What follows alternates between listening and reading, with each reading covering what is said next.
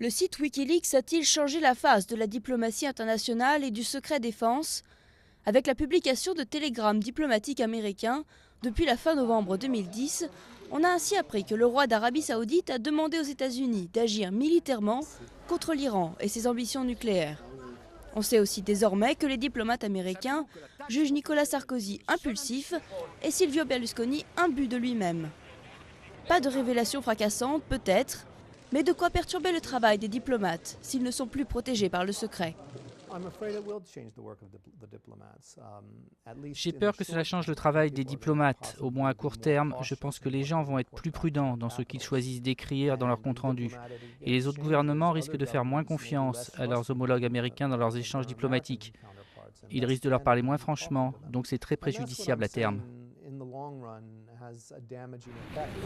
À l'origine de Wikileaks et des fuites de documents confidentiels, Julian Assange, un énigmatique australien de 39 ans. À l'automne, la justice suédoise lance un mandat d'arrêt international pour l'interroger suite à des accusations de viol. Début décembre, il se présente à la police britannique et est arrêté. Mais les fuites continuent avec la complicité des journaux, le soutien de militants et de hackers. Pendant un moment, les sites du gouvernement suédois sont paralysés et des services de paiement en ligne subissent des cyberattaques. Des services qui ont bloqué le versement de dons à Wikileaks.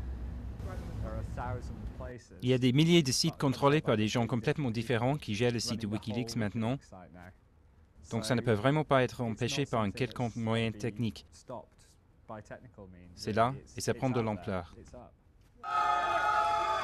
Depuis le 16 décembre, Julian Assange est de nouveau en liberté conditionnelle.